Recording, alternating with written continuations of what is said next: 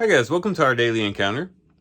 As the exiles would read this second scroll by Isaiah that seems to be directed towards them, even though their situation would come hundreds of years after Isaiah wrote it. As they read this, a lot of them would have had the temple on their mind. They would have been lamenting the fact that the temple had been destroyed by the Babylonians.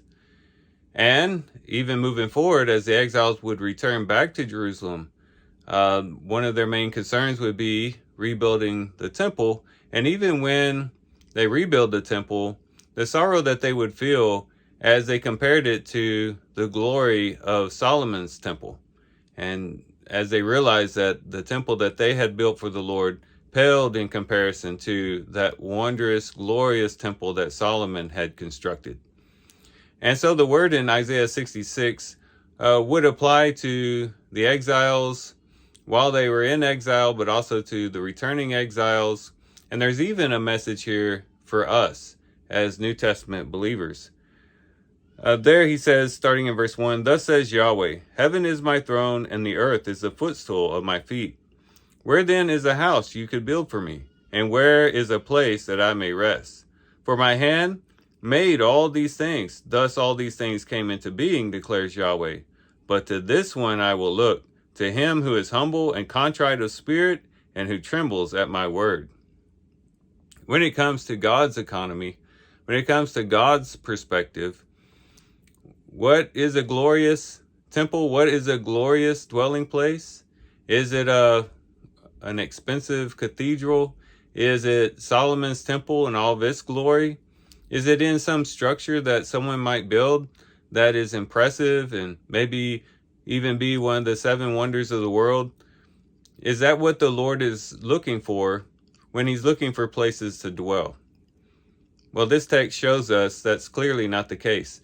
That no matter how much of an elaborate building we might build, no matter how much gold and silver we might pour into that structure, God owns it all anyways. And so there's nothing that we could build that would impress him.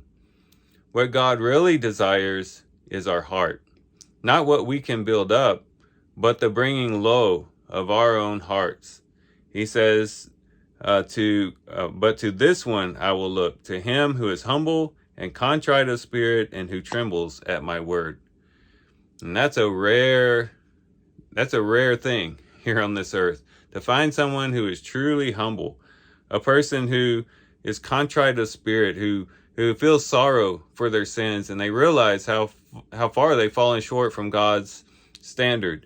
And those who tremble at God's word, when they hear God's word, it moves them deep within, and they can and they listen to God's word, and they read God's word with the fear of the Lord, and God's word moves them in that way. That's what the Lord is looking for. Those are the people that he wants to dwell with, not cold and lifeless buildings, but living people who humble themselves before him, who bow low before him.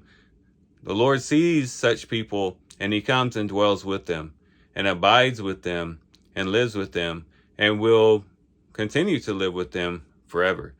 So if we want to build a dwelling place for the Lord, it starts with our heart. Let's humble ourselves before the Lord.